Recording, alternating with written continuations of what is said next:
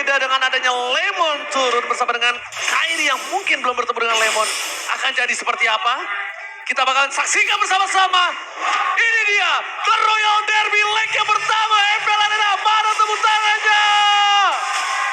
Let's go, kita akan melihat tentunya untuk game pertama dari Royal Derby tentunya yang sudah ditunggu-tunggu juga oleh kalian sobat cinta Mobile Legends. Dan Albert kalian akan masih berfokus terlebih dahulu mendapatkan setidaknya levelnya 4 untuk seorang Martis. Sementara Kairi, rotasi yang bisa dibawakan sama Onyx Esports ini terlihat dari area mid dan juga roamnya dengan area Farsha dan juga Kiboy ini harusnya bisa dibilang akan lebih sedikit agresif dari Onyx. Dan Albert, ada fun fact by Grab, adalah pemegang savage terbanyak di MPL Indonesia dari season 6, season 7, dan season 8 sebanyak 2 kali savage-nya. Tadi kan aku tanya ya, pro player yang ngomong itu hurufnya T depannya. Ada yang jawab Tono. Bukan guys, bukan Tono ya. Saha Tono. Tono teh saha, tapi lihat di arah bottom lane. Struggle dilakukan oleh seorang Skylar dengan dominasi dari seorang cewek. Di arah bottom lane dengan coba di cover oleh seorang Kiboy. Ingat Kiboy, kufranya itu dari dulu benar-benar menakutkan. Dan aku melihatnya Kiboy ini bisa menjadi orang yang membalikan keadaan kalaupun RRQ sempat mendominasi di early-nya.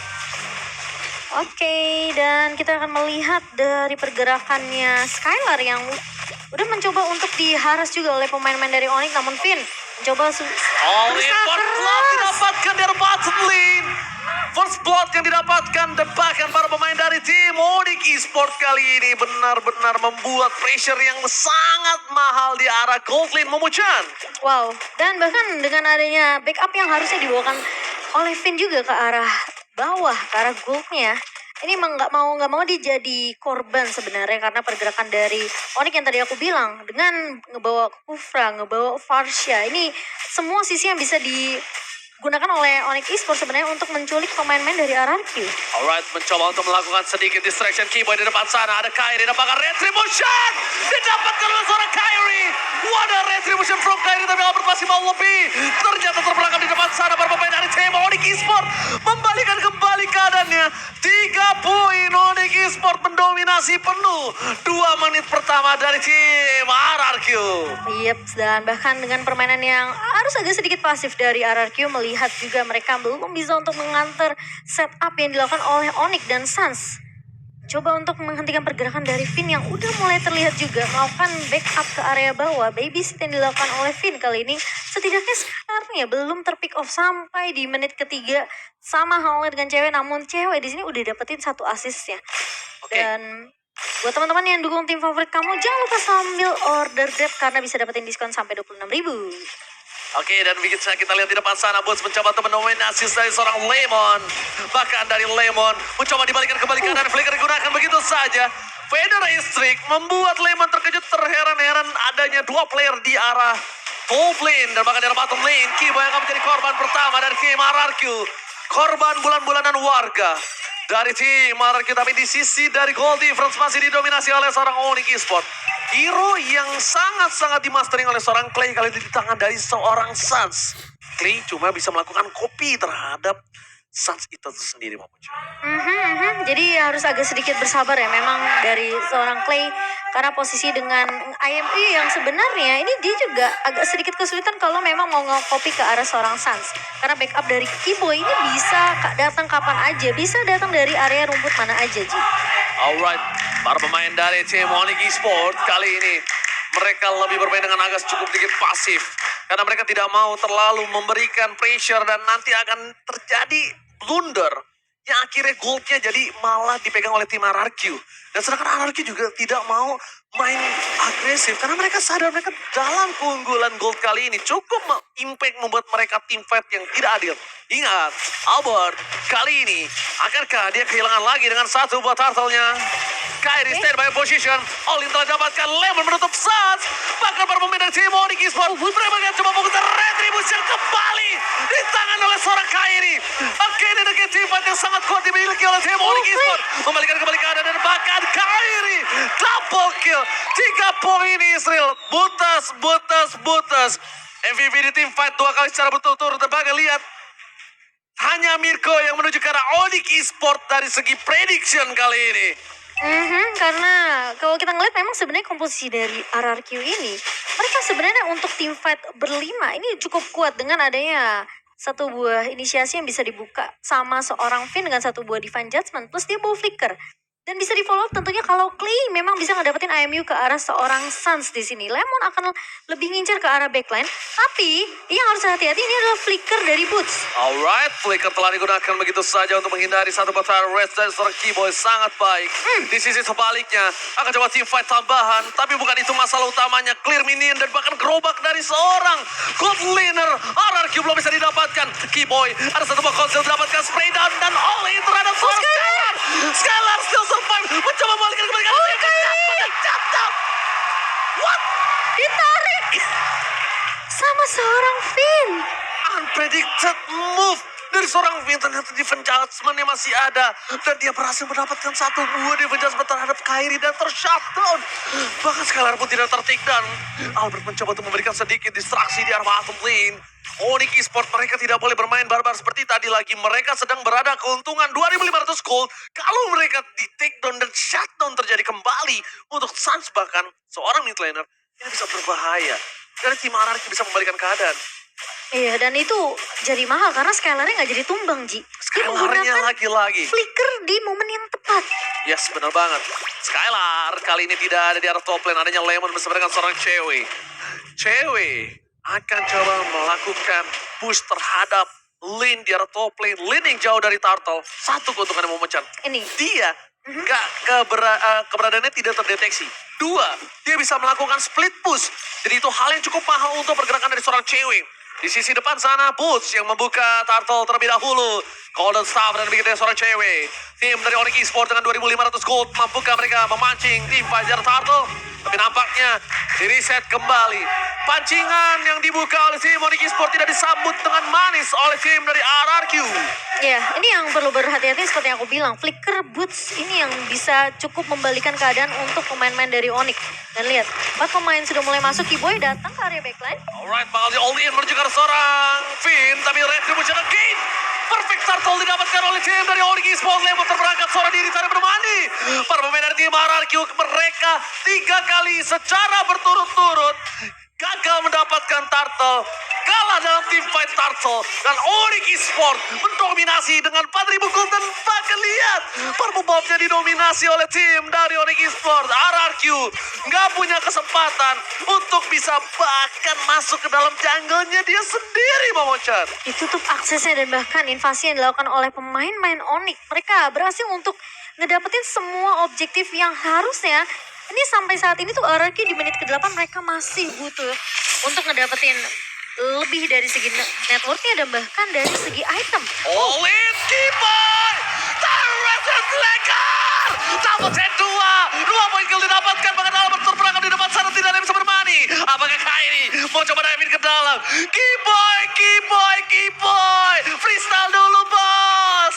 Kali ini membuat dirinya dan Rico tas!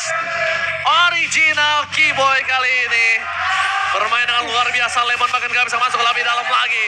Onyx Esports mereka mendominasi dengan 6.000 gold yang telah dimiliki. Dan lihat di kamera, coachnya tertawa. Onyx ada diumpetin di dalam satu buah bangku. Iya, dan bahkan kalau kita ngelihat juga pergerakan dari Suns di sini yang agak sedikit sulit dijangkau oleh pemain-pemain dari RRQ. Dan lagi-lagi kalau kita ngomongin masalah flicker, inisiasi dari Onyx ini yang cukup perlu diwaspadai oleh pemain-pemain dari RRQ karena bisa datang dari Boots, bisa datang juga dari seorang Keyboy. Lagi-lagi mereka harus benar-benar memprediksi apa yang akan dilakukan sama Onyx selama beberapa step ke depan. Terlihat mungkin Keyboy yang jarang kelihatan di area mapnya, dan bahkan kalau kita ngelihat setiap rumputan yang dilewati sama RRQ ini mereka harus cek terlebih dahulu. Mereka nggak bisa asal lewat begitu saja. Dan bahkan dari RRQ mereka harus agak sedikit bersabar. Tentunya di menit yang ke-9 di mana 6.000 net worth perbedaan dari kedua belah tim. Di sini agak sedikit tertahan untuk dari segi item juga dari seorang Skylar. Blade of Despair bersama dengan ada satu buah Fury Hammer dan juga ada satu item attack penetration dari Malefic Roar. Sementara dari Cloud ini udah enak banget, dia udah dapetin 2 item attack speed Demon Hunter Sword dan juga adanya Golden Staff. Dan Yes. mungkin dia bisa untuk mengarah juga ke arah Horizon Side. Dan bahkan kalau misalnya RRQ ingin merubah permainan yang sedang tidak mereka miliki saat ini, Nah ini yang aku bilang. ada satu hal, Momo-chan. Harus Finn yang ngebuka. Jangan sampai Kiboy lagi yang Iya, ngebuka harus. tim fight terlebih dahulu. Tapi lihat dia pecah besar. Shutdown didapatkan. Kiboy dapetin dua dan planting duel from cewek. Ke arah belakang membuat permainan tim RRQ boro-boro dan double kill didapatkan. Albert versus Kyrie. Gak berhasil. cewek. Lemon versus everybody right here. Flicker ke arah belakang mundur dan tidak bisa selamat. Tersisa seorang Albert. Ini bencana untuk tim RRQ.